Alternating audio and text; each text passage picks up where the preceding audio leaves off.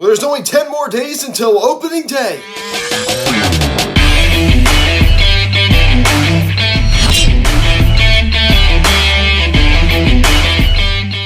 Yo, what is going on, everybody? Welcome to Phillies Hats of Media, and today we're going to be giving an update about the Phils, how they've been doing so far this spring training, and we're going to be talking a little bit about Team USA and how they have been doing. It's just been so fun to watch Trey Turner, Kyle Schwarber, and JT Muto really join in on the action. Now, guys, before getting into this video, please subscribe if you have not yet. Please turn on that notification bell. Please like this video, comment on this video, share this video, and let's get into this. So I think the last video I made was 2 weeks ago, so that's pretty much what I wanted to do here in spring training. I wanted to make a video like every other week, and that's what I've been able to do so far.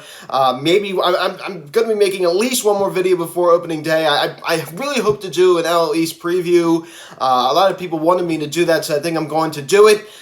So I'm still going to be somewhat active. It's nice to be back here. I'm not taking, all this time off anymore. I'm making a video, on a fairly regular basis now. Opening day is only 10 days away. It is so hard to believe because, in so many seasons prior, because we didn't make the playoffs for 11 years. We were so used to not seeing red pinstripes past like the end of September. And last year was a lot different. We got to see red pinstripes up until, very early November when we lost Game 6 of the World Series to the Houston Astros. So the quest back to the World Series begins. The quest back to another NL pennant begins on March 30th in Dallas, Texas against the Texas Rangers. So I am very excited to begin this journey once again. It's not going to be easy. We have a very, very capable roster, and what we're seeing right now in the World Baseball Classic is just something truly amazing.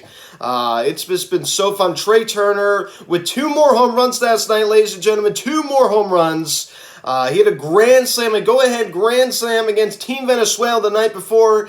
This guy had himself quite the weekend, hitting 3 home runs. He was just on an absolute tear, and it's weird to see him wearing number 8. It's just been great to see so many Phils. It's just been a lot of fun. And I think Bryce Harper would probably be on Team USA, assuming that he was healthy.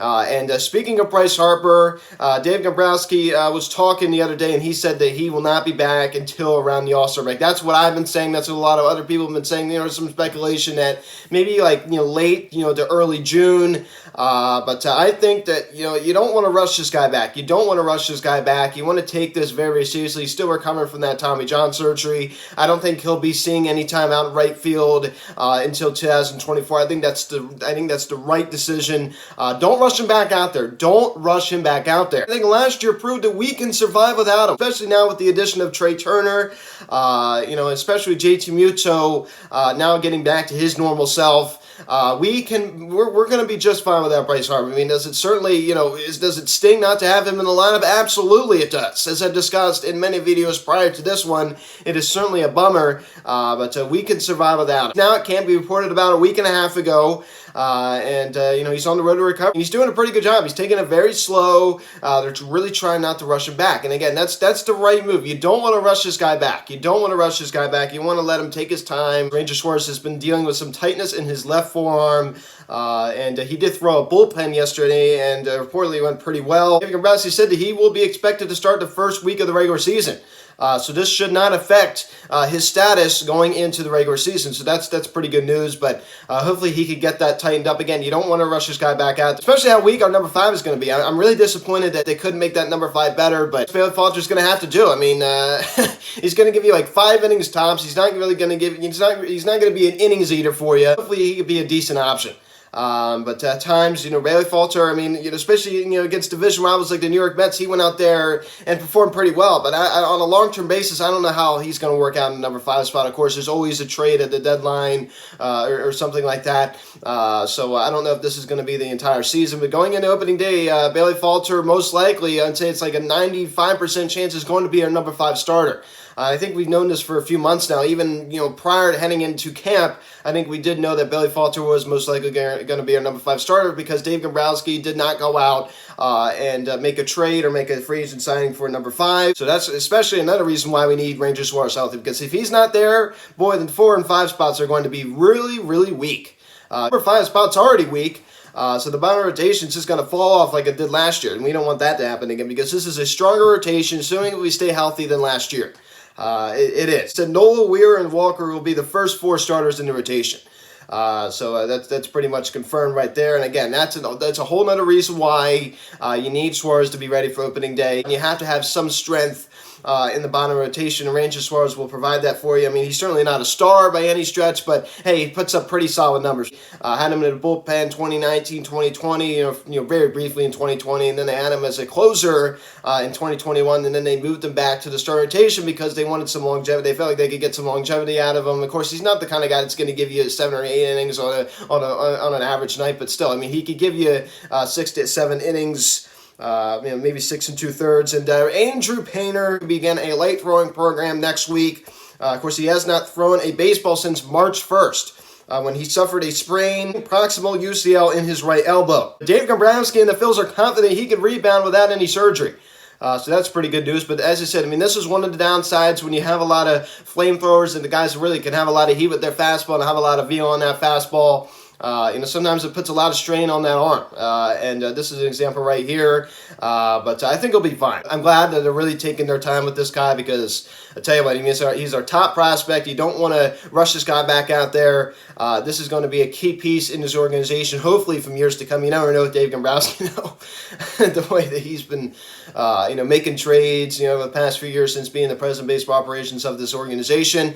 But still, I think he's going to be here, for the long haul. There's no question about that. I'm pretty confident when I say that. I think that Andrew Painter will be here for many years to come, assuming he stays healthy and assuming he blossoms into the pitcher I think we all know he can be. Micah Bell's been great too, and Dave Dombrowski was asked about his timeline, possibly making up to the big leagues, and he said he didn't want to talk about it. And I like that because and he even said we don't want to rush this guy up. And that's exactly right. You don't want to rush this guy up because the Phils have been notorious for rushing up prospects to the big leagues for so many years. They've been notorious for that for so many years.